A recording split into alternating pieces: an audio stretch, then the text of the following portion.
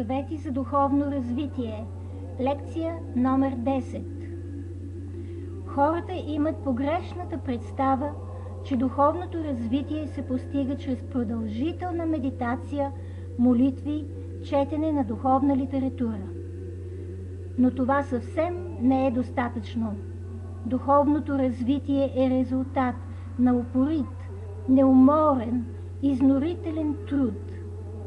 Пътят на отшелника, онзи, който се е изолирал от обществото и не живее живота си като обикновените хора, е най-бавният.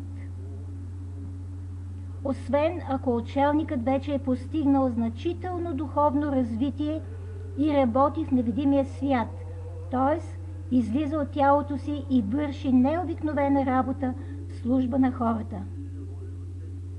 Но когато обикновеният човек се изолира или стои вкъщи да медитира, прекарва времето си пред компютъра в разисквания и пропагандира различни псевдодуховни материали, той не напредва. Напротив, той изостава. Работа е нужна за духовното развитие и силна обществена съвест.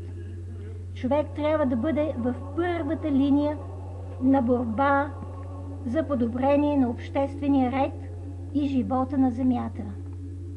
Само човек, който работи неуморно за реда, чистотата, дисциплината в държавата, труди се за своите родители и семейството си, помага на ближните и има шансове за духовно развитие.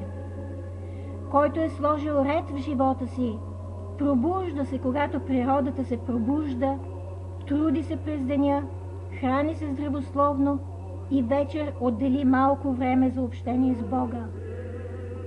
Който не пуши, не докосва алкохол, обича животните и растенията и се грижи за тях, умерен е във всичките си действия.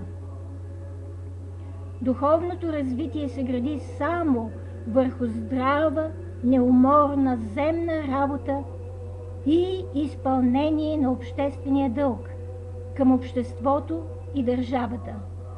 Без това не може.